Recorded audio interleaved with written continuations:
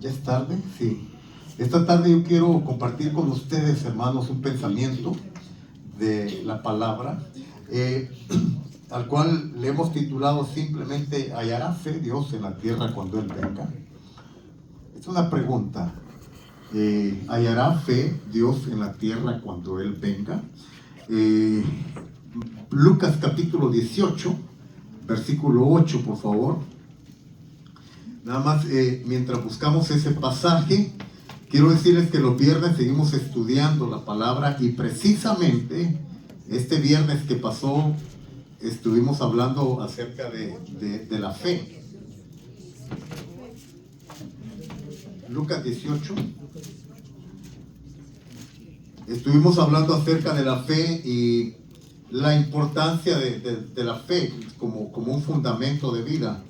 El apóstol o el escritor de Hebreos, capítulo 6, estamos estudiando las 6 doctrinas básicas de la fe cristiana, y el escritor de Hebreos nos habla acerca de ese fundamento o de ese principio, y eso es lo que hemos estado estudiando en estos días. El viernes continuaremos, ojalá que no se queden en casa, que puedan venir a estudiar la palabra de Dios con nosotros. Todos los viernes estamos aquí a las 7:30 de la noche. No se queden en casa.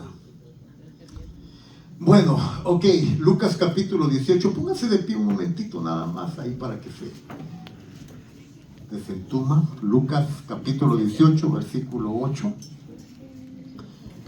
Vamos a darle lectura a este pasaje de la palabra de Dios. Lucas 18, 8.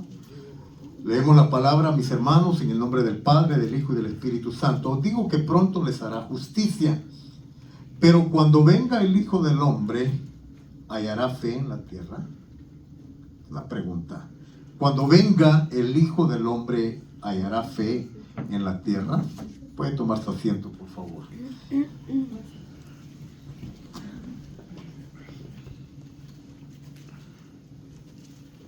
Todos sabemos que la fe es el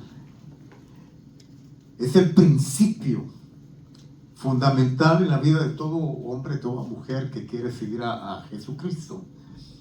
De hecho, a los primeros discípulos cristianos se les conocía como comunidades de creyentes, porque precisamente eran hombres, mujeres que habían abandonado su propio estilo de vida, su propia autoindependencia, para seguir ahora y para venir ahora en pos de Jesús.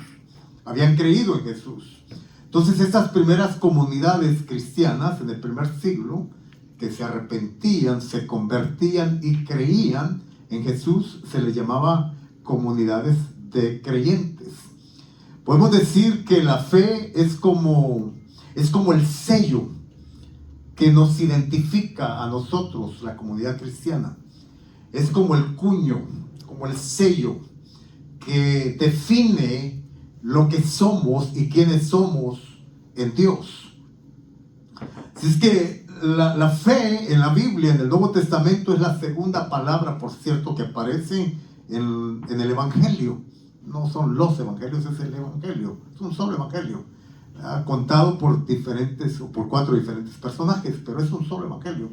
Y en el evangelio de Jesucristo, la fe es la segunda palabra. La primera palabra es arrepentíos o convertidos, y la segunda palabra es y creer. O sea, fe.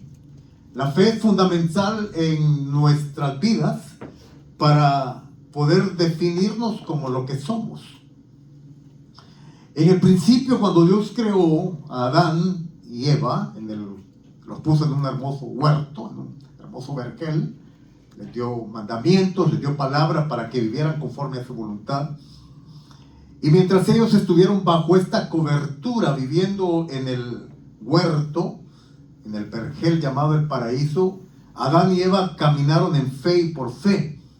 Significa que vivían bajo el dominio, bajo el gobierno de Dios. Significa que la fe los definía como personas que estaban bajo la autoridad de Dios. caminaban conforme a la voluntad de Dios, vivían conforme a la voluntad de Dios, se autodefinían como seguidores de Dios. Y el resultado es que estaban dentro de un hermoso paraíso, que eran simple y sencillamente las bendiciones que Dios les daba por ser creyentes, es decir, por vivir bajo el dominio, bajo la autoridad, bajo la protección de Dios. Pero cuando Adán y Eva, obviamente engañados por Satanás, toman su decisión de dejar de creer en Dios, porque eso es básicamente lo que hicieron. La esencia del pecado es dejar de creer en Dios. Es decir, ya no confiaron en todo lo que Dios les había dicho. Dios había dicho: de todos los frutos de los árboles del huerto puedes comer, excepto del fruto del árbol de la ciencia del bien y del mal. Cuando Adán y Eva deciden ya no seguir obedeciendo a Dios, es decir, ya no seguir creyéndole a Dios, entonces ahora se autodefinen como creyentes de sí mismos. Y al hacerse creyentes de sí mismos, es que cortan la comunión con Dios, se independizan de Dios y ahora empiezan a vivir ya no de acuerdo a las normas establecidas por Dios y siguiendo en obediencia a las normas de Dios, sino que ahora siguiendo los designios de su propio corazón. Ahora, eso trae enormes consecuencias y resultados a la vida de Adán y Eva. Por ejemplo, podemos mencionar algunos. Pierden la bendición de vivir en el huerto del Edén, el paraíso. Paraíso significa lugar de delicia, lugar de deleite. El hombre, al independizarse de Dios, al dejar de creer en Dios, entonces ahora en sus propios designios de su corazón pierden el deleite de la vida. ¿Por qué la gente no es feliz en la tierra? Porque es que la gente, nada más permítame hacer un paréntesis aquí, porque hoy en día las comunidades, las culturas, las sociedades en que vivimos están tratando de llenar vacíos dentro de sus propias vidas y los tratan de llenar hombres buscando mujeres, o mujeres buscando hombres, o si no buscando cuestiones materiales, el dinero, las casas, los carros, los hobbies. De una u otra manera la gente está tratando de buscar un deleite, algo que les satisfaga. ¿Por qué no pueden vivir en deleite? Porque viven independizados de Dios, viven bajo o fuera de, el gobierno de Dios. Es decir, no le están creyendo a Dios, no le creen a Dios, viven sin fe. Alguien pudiera decir: no, pero la gente sí de alguna forma cree en Dios. No, permítame, es que una cosa es creer en Dios y otra cosa es creerle a Dios. En una encuesta que se hizo en Estados Unidos, 80 y tanto por ciento, no tengo ahorita aquí, lo dije el viernes, más de 80% dicen que creen en Dios. Pero la pregunta no es si creen en Dios. La pregunta es: ¿le creen a Dios? Porque creer en Dios, bueno, la Biblia dice en Santiago capítulo 3 que aún los demonios creen también y tiemblan. Entonces, creerle a Dios significa estar dispuesto a renunciar a su vida de autoindependencia y confiar en Dios. La esencia de la fe es confianza en Dios. Cuando yo digo yo tengo fe en Dios, o yo tengo la fe de Dios, yo estoy diciendo yo confío en Dios. Y esta confianza plena, esta certidumbre de fe, esta persuasión en mi espíritu de que Dios es veraz, es la que me hace completamente depositarme en sus manos. Entonces Adán y Eva tomaron la decisión de autoindependizarse, y al autoindependizarse pierden en primer lugar el deleite, el lugar de delicia. Salen del paraíso, Dios los corre, los echa, porque claro, Dios no forza a nadie a vivir en su deleite. Dios no forza a nadie a vivir, ni les exige, ni les manipula para que crean o le crean a Él. Entonces Adán y Eva toman su decisión, se autoindependizan de Dios. Muchas gracias, muy amable hermano.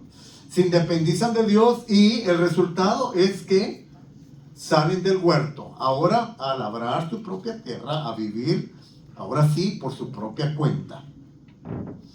Pero eso no es todo lo que perdieron Adán y Eva cuando dejaron de creerle a Dios. También perdieron la bendición de la autoridad delegada. Es decir, ya no estaban, como no estaban bajo autoridad, ahora perdieron la autoridad. Y entonces es como viene el caos a la familia, viene el desorden a la casa de Adán y Eva.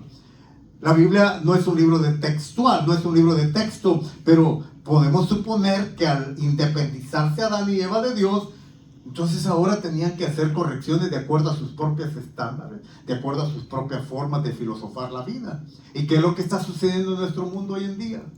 Como nuestro mundo está independizado de Dios, es decir, no le creen a Dios, entonces tienen sus propias normas que rigen sus formas culturales, sus formas de filosofar, las formas de crianza de los hijos en la casa. Y por eso es que tenemos los desórdenes y el caos hoy en día que tenemos. El mundo, dicho de una manera cruel, está patas para arriba. ¿Por qué? Porque vive independizado de Dios. No le creen a Dios. Le creen más a los escritores bestsellers de New York Times, ¿verdad?, de cómo criar hijos. Y entonces hoy en día nuestras casas son un desorden. La esposa ya no se sujeta al esposo. El esposo ya no es el cabeza de hogar como la Biblia lo dice. En vez de ser un líder, se ha convertido en un machista, dictador. Y la mujer no está dispuesta a sujetarse a un dictador machista. Entonces cuando los hijos ven que la mamá vive en rebelión contra el esposo, porque el esposo vive en rebelión contra Dios, entonces los hijos dicen, ¿y por qué tengo que sujetarme a ellos? Y nuestra familia se vuelve en un caos. ¿Y todo por qué? Porque no le creemos a Dios. Porque Dios ha dejado normas, ha dejado maneras de cómo vivir, cómo criar nuestros hijos, cómo convivir en una mancomunidad.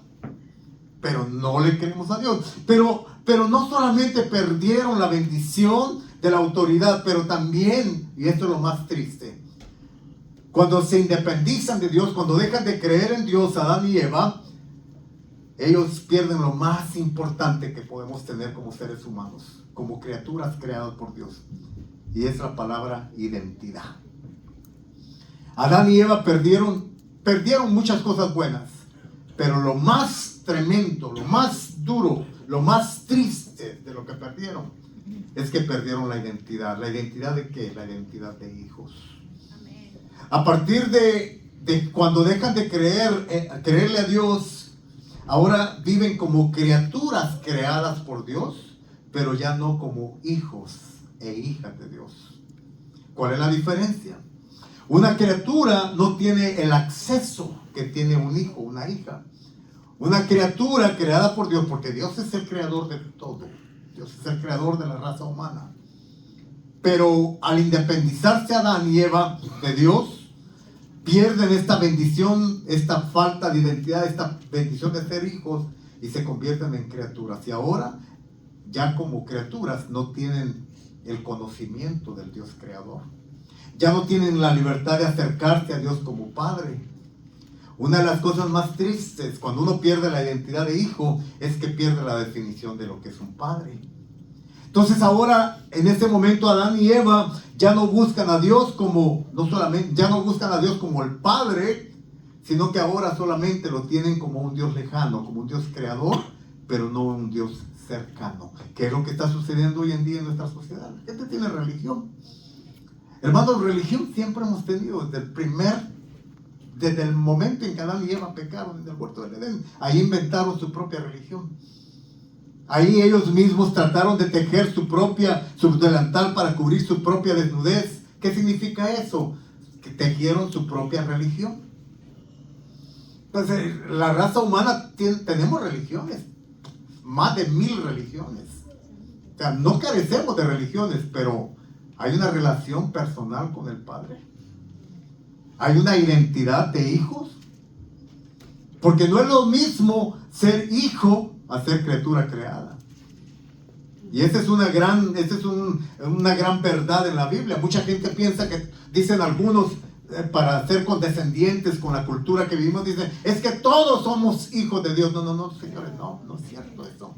De acuerdo a Juan 1:12, claramente dice, a los que creen, a estos se les da potestad de ser llamados hijos de Dios. La bendición de hijos se perdió en el huerto del Edén. Al perder la identidad de hijos, se pierde la conexión con el Padre. Entonces, dentro de las mayores tragedias de pérdidas que Adán y Eva tuvieron, fue esta, que ya no tuvieron ese acceso o esa relación personal con el Dios Padre y lo empezaron a ver como un Dios lejano, como un Dios que solamente estaba ahí para su propia conveniencia y placer, como lo ven la mayoría de las religiones hoy en día. ¿Cuál es el problema cuando dejamos de creer en Dios? Que adoptamos una religión, una postura religiosa. La religión sustituye a la relación. Religión no es relación personal con Dios. Religión es el invento de los hombres por tratar de llegar a Dios. Relación es Dios a través de su Hijo Jesucristo viniendo a nosotros para volver a tener comunión con cada uno de nosotros. El puente no lo trazamos nosotros a través de la religión de la tierra al cielo. El puente lo trazó Dios a través de su Hijo Jesucristo cuando lo envió a la tierra. Por eso Juan 14:6 dice, primero dice Juan 3:16, porque de tal manera amó Dios al mundo que dio a su Hijo unigénito. Juan 14:6 dice que Jesús es el camino, la verdad y la vida, y nadie viene al Padre si no es a través de Él. Aleluya. En otras palabras, mi amado hermano, no es la religión la que nos acerca a Dios. No es cierto. No es la religión la que nos transforma. No es verdad. Si eso fuera cierto, entonces el mundo estaríamos completamente viviendo una vida diferente a la que estamos viviendo actualmente. Porque religión hay muchas. Pero no se trata de religión. Se trata de una relación personal con Dios, cuando dicen amén. Pero no solamente una relación cualquiera, sino una relación de hijo, padre, de padre a hijo.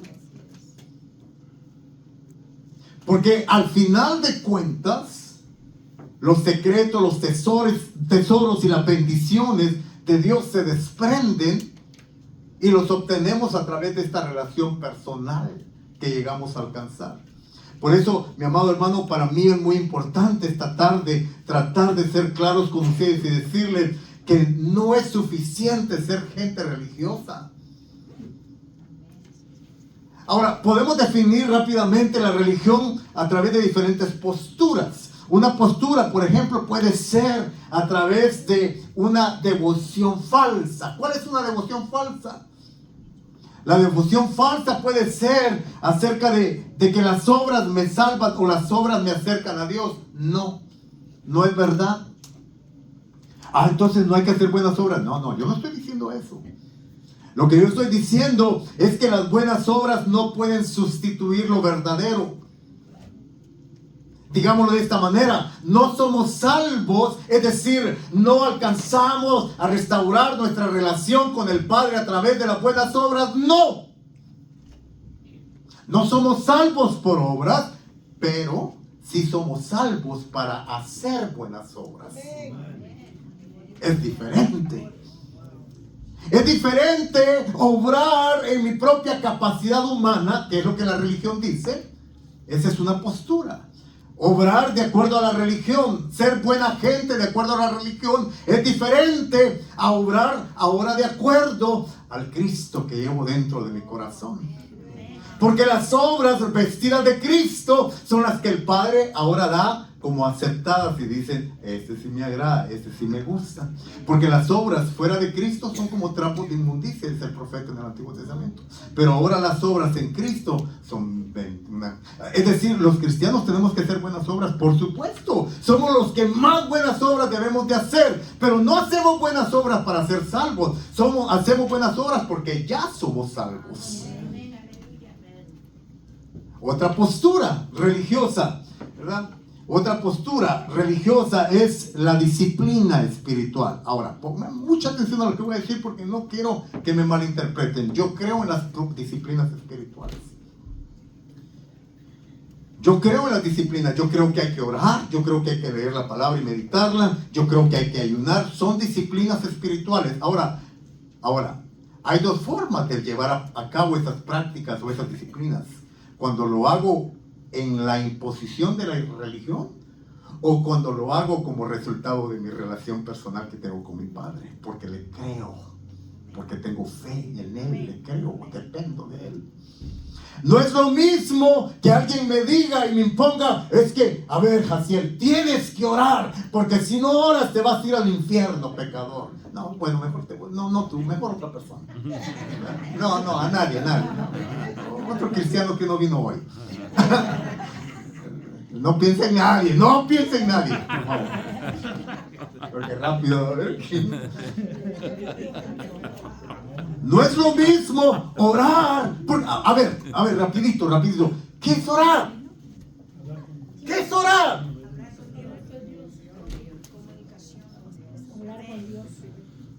Es que la oración es simplemente el hijo de la relación que uno tiene con Dios. Es el resultado, es el fruto. Orar es tener la habilidad de poderme sentar a platicar con ese ser al cual tanto amo, que es mi Padre Celestial.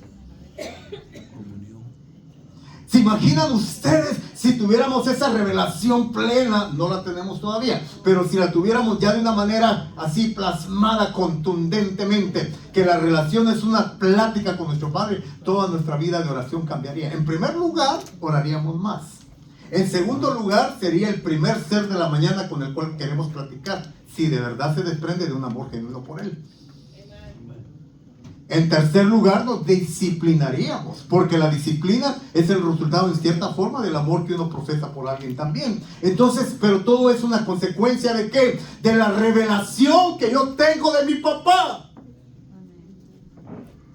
¿Cuál era el éxito? ¿Cuál era el éxito de Jesús cuando platicaba con su Padre? Precisamente el amor y la pasión que había en el corazón de Jesús por su papá.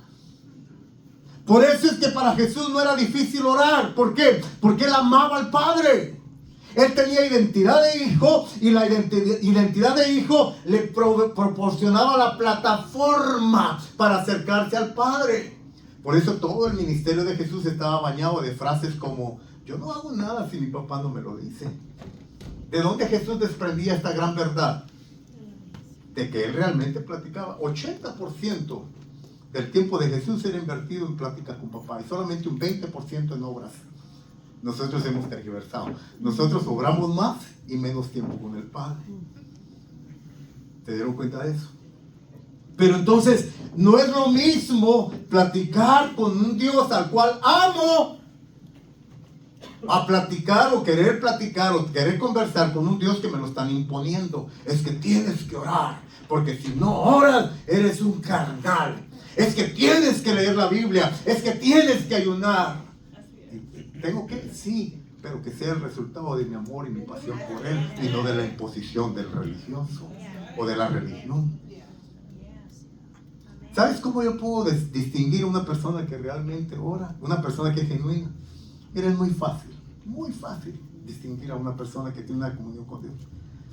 Cuando una persona es el producto de la religión, es decir, de la imposición, pasa aquí al frente y se vuelve un showman. Y quieren que todos levanten la mano, quieren que todos oren como todo aquí. Pero lo ves cuando alguien más está orando, alguien se da y está así. Le digo, a ver, espérate. Pero cuando pasa se transforma. Pero cuando está ya no participa. Está indiferente. Ah, sí, porque no me está tocando lo que está diciendo. ¿Quién dicen que lo que está te tiene que tocar? El Dios es el que toca. Amén. O cuando todo lo queremos hacer dentro de estas cuatro paredes. Toda nuestra vida cristiana queremos que gire alrededor de estas. ¿Y afuera? ¿En las casas? ¿En las calles? Nada. Eso es muy fácil distinguir las posturas religiosas de un religioso.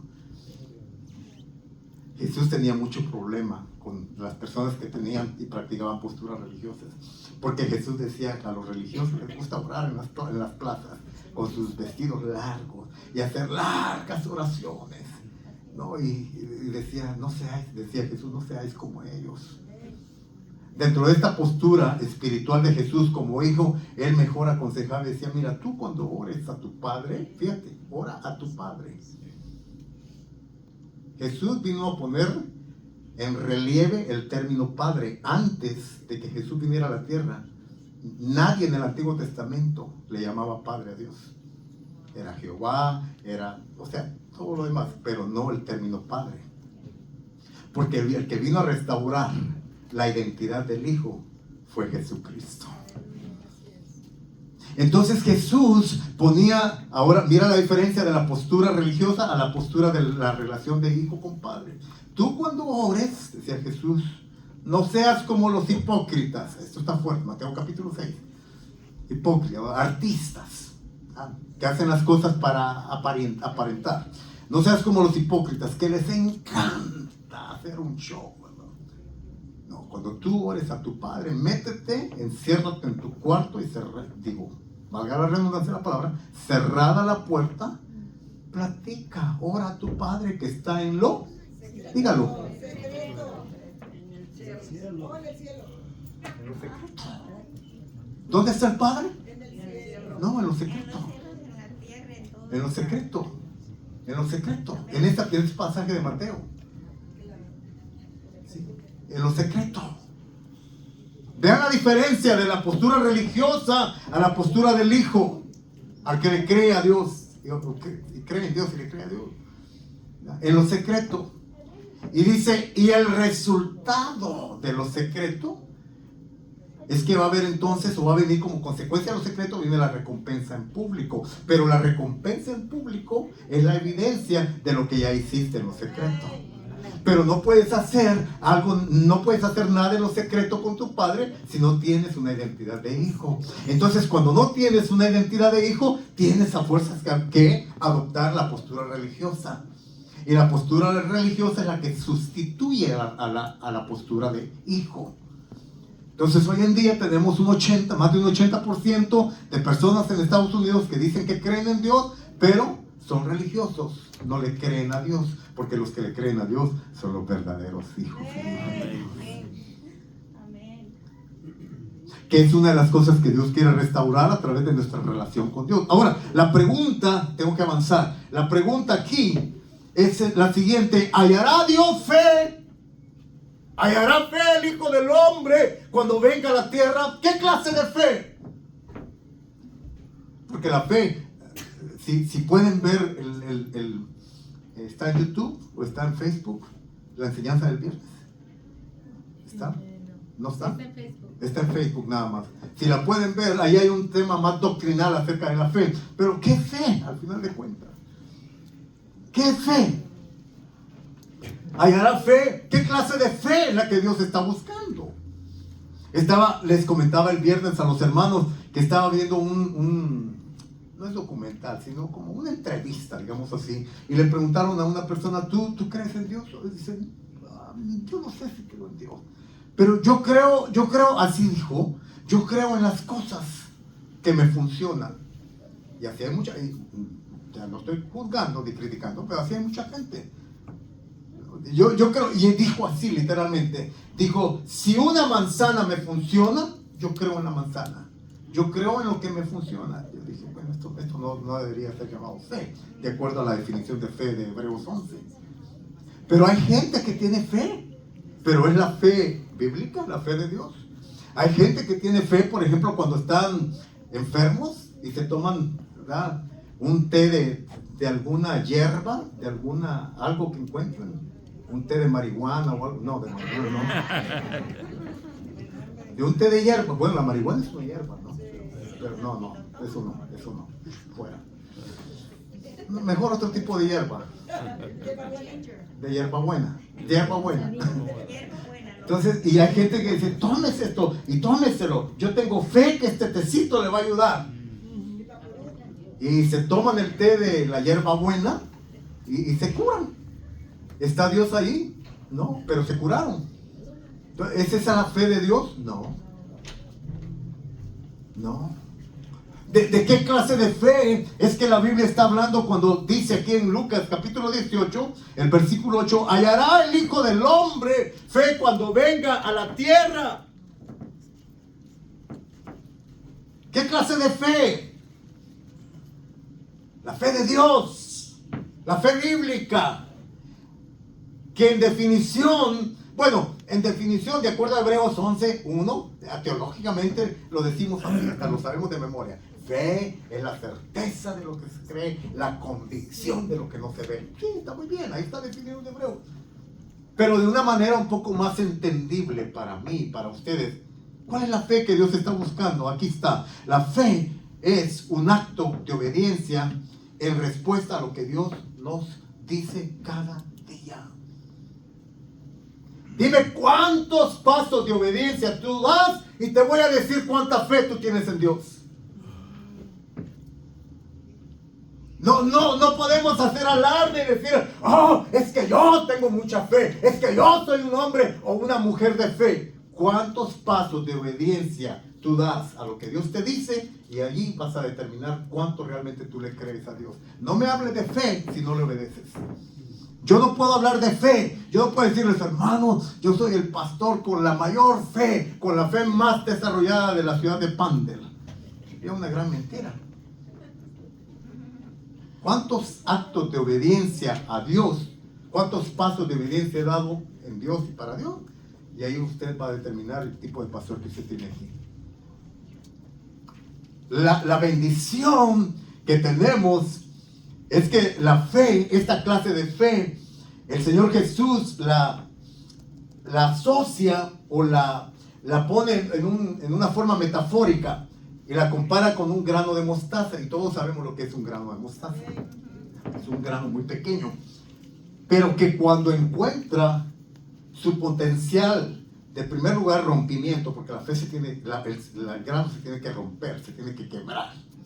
Y cuando el grano se quiebra, si está en la tierra adecuada, si está en la temperatura adecuada, entonces ese grano de fe, o esa semilla, de mostaza, esa semilla de mostaza, pronto empieza a convertirse,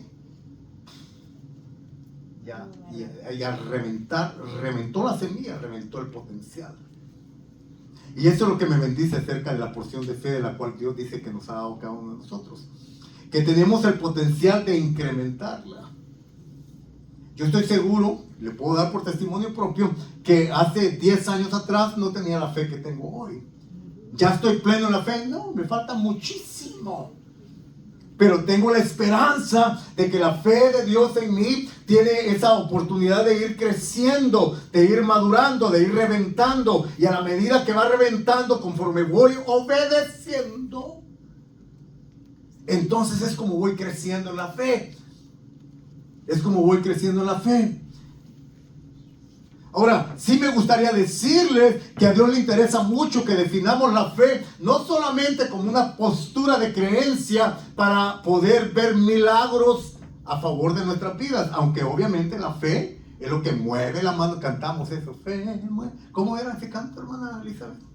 Usted que la veo ya con más años de cristianismo. ¿Cómo es? Fe mueve la mano de Dios. A ver, cántelo, hermana. No, es que ustedes no tienen fe. Ella canta muy bonito. A ver, cántelo, hermana. ¿De acuerdo? Sí, me acuerdo. No me acuerdo. Más o menos, la frasecita, ¿cómo era? Fe mueve la mano. ¿Sí le crees a Dios? No. Las cosas cambiarán orando. Cualquier necesidad. No me lo sé. Se mueve en la mano de Dios y en ¿Esa es su otra? palabra. Bueno, entonces aquí, otra vez. Entonces la idea es esta. La fe, por supuesto, hace a Dios, ¿verdad? O mueve la mano de Dios para obrar. Entonces, sí, me interesa que entendamos esta tarde que mi fe o la fe de ustedes o la fe de algún hermano, ¿verdad? Si es una fe sólida, desarrollada, puede creerle a Dios por un milagro. Un milagro físico, un milagro material, un milagro familiar, y todo eso está bien. Yo no tengo ningún problema con eso. Está bien, necesitamos fe para eso. Pero me interesa ir un poquito más adentro, y lo decía el viernes también esto.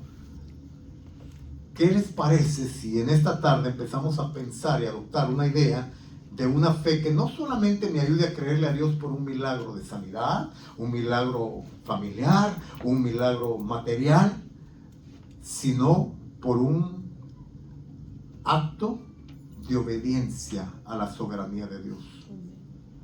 Fe para aceptar la soberanía de Dios en mi vida. ¿Qué significa esto? Fe para poder estar de acuerdo con Dios, ponerme de acuerdo con Dios a pesar de que lo que Dios está haciendo actualmente en mi vida no me guste. A pesar de que las circunstancias que me están rodeando en este momento, que son de Dios, no van de acuerdo a lo que yo quisiera. Aceptar la soberanía de Dios. Dios es el Rey soberano por derecho inherente. ¿Cuántos dicen amén? Pero mucha gente no lo acepta. No, muchos cristianos no lo aceptan.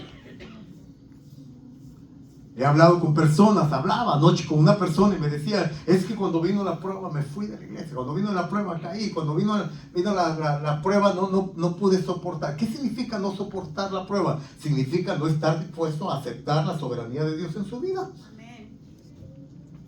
Entonces, esta clase de fe que Dios pregunta aquí, ¿hallará fe Dios en la tierra cuando el Hijo del Hombre venga? No es solamente la fe para querer por milagros, es la fe para ponernos bajo el gobierno de Dios en el último tiempo. Y soportar la prueba, soportar la tentación, soportar todas las aberraciones de la vida, todas las advenencias de la vida, todas las circunstancias adversas de la vida. Estar dispuesto a seguir confiando en Dios a pesar de que todo a mi alrededor está gris y oscuro.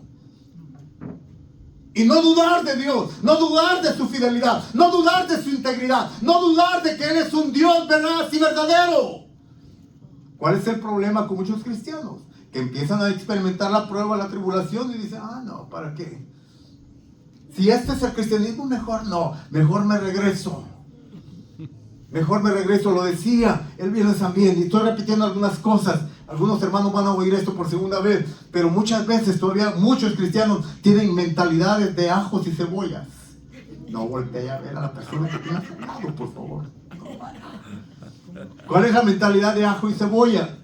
Es una mentalidad de duda y de incredulidad. Es una mentalidad de cuando estaba en Egipto me iba mejor.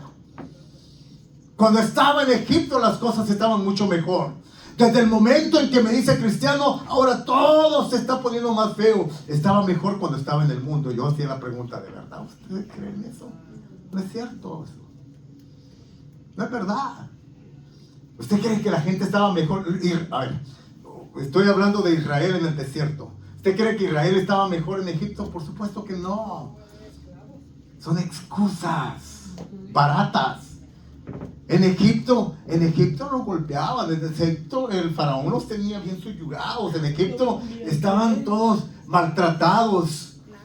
Pero ahora, cuando están caminando en fe y por fe, en un nuevo rumbo de fe y de confianza en un Dios que les llamó y que los lleva a una tierra prometida, ahora dicen, en Egipto estaban, porque allá teníamos cebolla, allá teníamos ajos. Alguien dijo, salieron de Egipto, pero Egipto nunca salió de ellos. Una mentalidad de incredulidad. ¿Saben cuál es la peor? ¿Saben qué es lo que nos esclaviza realmente? No hay peor esclavitud que la duda y la incredulidad. Porque la duda e incredulidad es la que nos aleja de las promesas de libertad de Dios para nuestra vida. Por eso es que cuando Pablo le escribe a la iglesia de Corinto en el capítulo 1 de su primera carta a los Corintios, versículo 12, dice, nos habla acerca de, yo no les he dado el Espíritu para que estéis otra vez en esclavitud, sino un espíritu diferente, dice Pablo. A Timoteo le dice un espíritu de adopción por el cual podemos clamar, Abba, Padre. No el espíritu del mundo. ¿Cuál es el espíritu del mundo?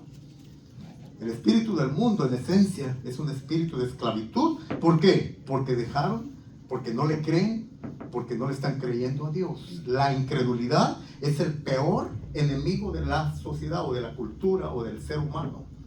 La incredulidad, la falta de fe en Dios. ¿Por qué? Porque la falta de fe en Dios es la que los hace estar alejados de Dios, con posturas de Dios, posturas religiosas de Dios, pero no cerca de Dios.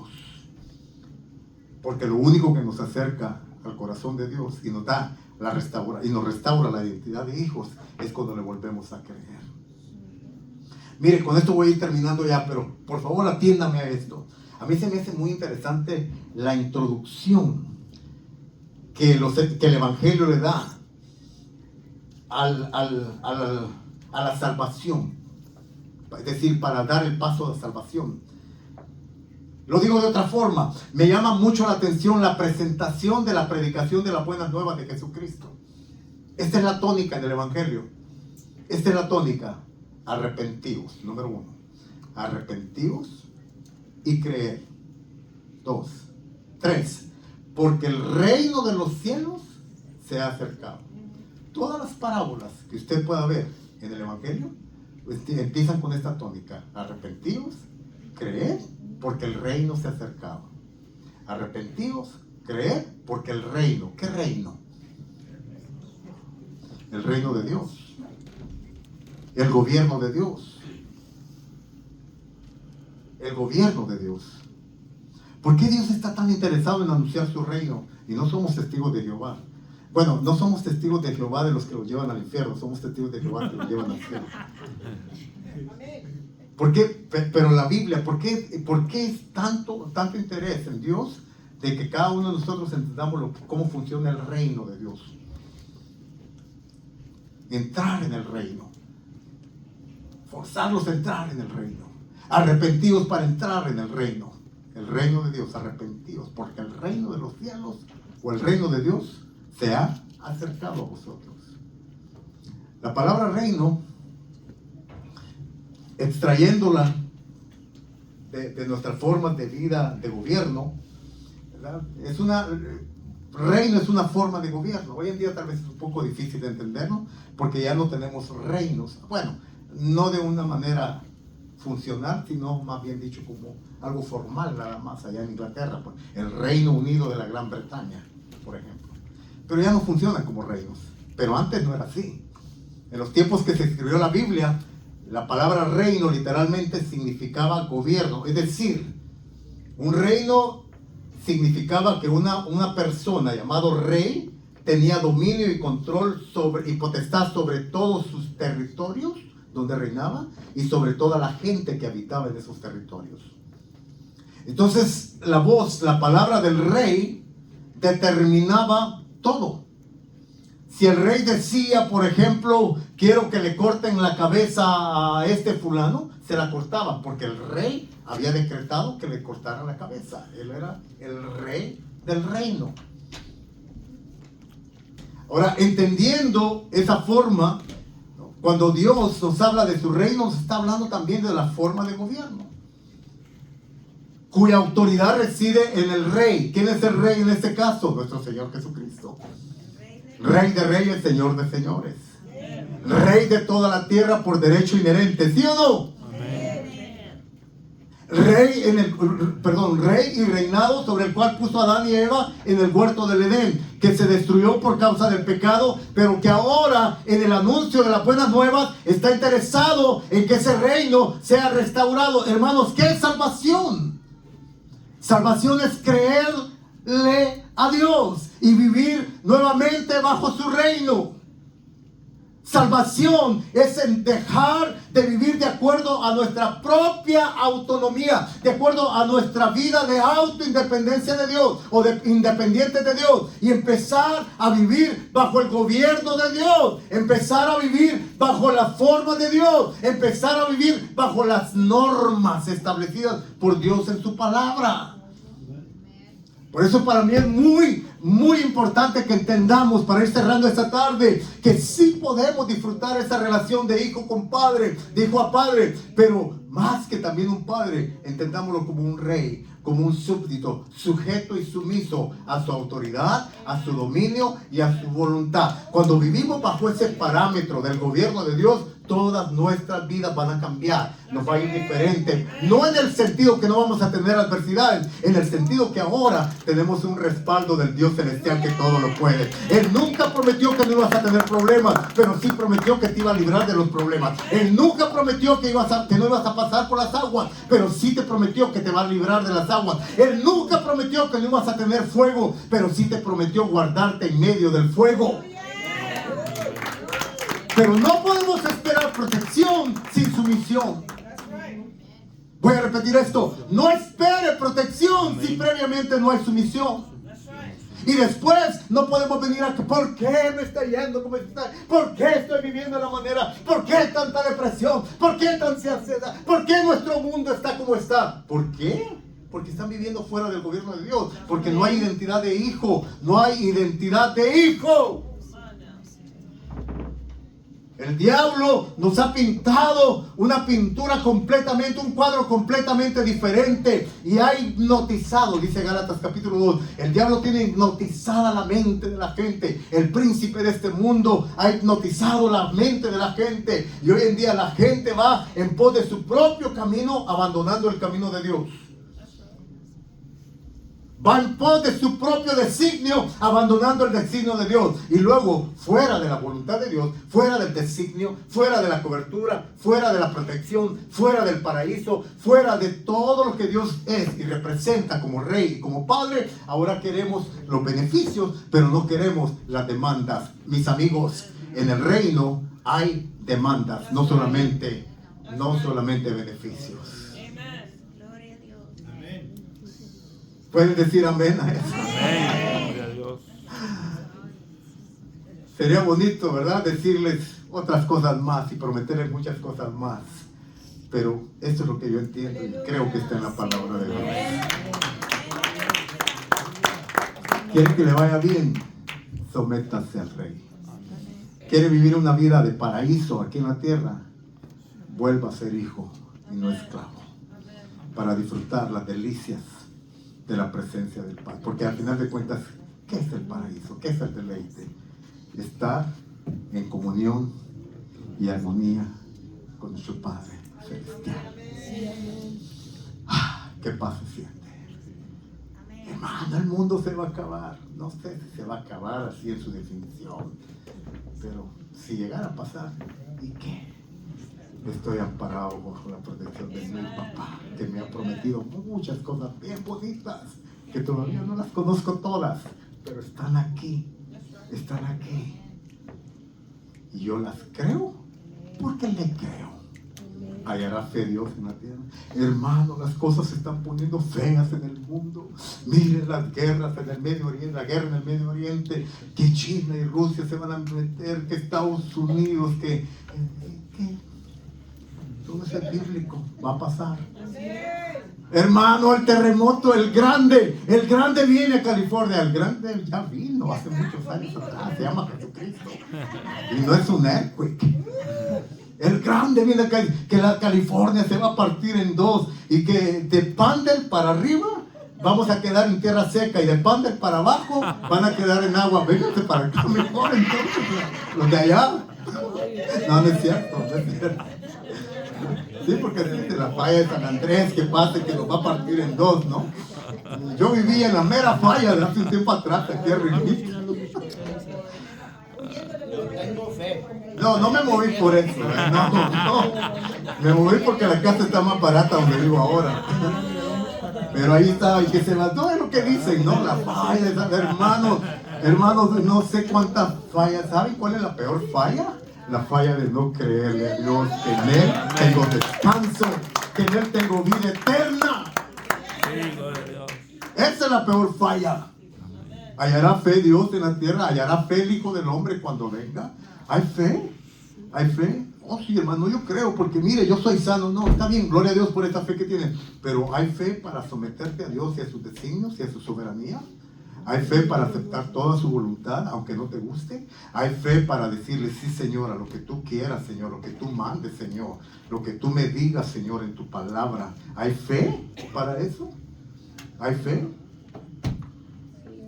¿Hallará fe el Hijo del Hombre en su corazón, hermano? Padre, te damos gracias. Vénganse. Gracias, Señor. Te damos gracias, Señor, porque tu palabra, Señor, esta tarde ha venido a nuestra vida, Señor. Gracias porque por ella somos instruidos, por ella somos iluminados. Tu palabra dice, lámpara es a mis pies, tu palabra lumbrera mi camino. A través de ella podemos encontrar, Señor, esa hermosa verdad de la restauración, de la intimidad contigo. Sí podemos volver a vivir en intimidad contigo, Señor. Es cierto, Adán y Eva perdieron esta bendición en el huerto. Es verdad, tu palabra dice que esto traspasó y ha sido traspasado a generación tras generación en una forma de maldición. Pero también es verdad que así como el pecado entró al hombre por un hombre, así también es verdad que también la salvación viene por otro. El primer Adán falló en un paraíso, pero el segundo Adán triunfó en un desierto. El primer Adán no tuvo fe para seguir viviendo bajo tu gobierno, a pesar que estaba en un lugar de deleite. El segundo Adán estuvo dispuesto a someterse, a pesar que estaba en un desierto, y con todo esto lo que esto implica. El primer Adán rechazó la corona de gloria. El segundo Adán aceptó la corona de espinas, y por eso hoy tiene corona de gloria. El primer Adán no se definió como un hijo, sino como un religioso. El segundo Adán tomó la postura de hijo y rechazó lo religioso. Gracias, Señor, porque podemos volver a casa. Podemos volver a la casa de papá y ahí encontrarnos contigo en tu regazo. En medio de un mundo caótico, en un mundo lleno de odio, de rencor, resentimiento, de oscuridad, de tanta amargura, de tanta ansiedad. Oh, yo, Señor, en tu casa puedo encontrar la paz. Porque tú dijiste, Señor, mi paso dejo, mi paso doy, no como el mundo la da, yo os la doy, tener paz en mí. Porque la paz de Jesucristo sobrepasa todo nuestro entendimiento. Señor, en medio de todo este mundo tormentoso, puedo sentirme seguro en tus brazos de amor, porque eres mi Padre.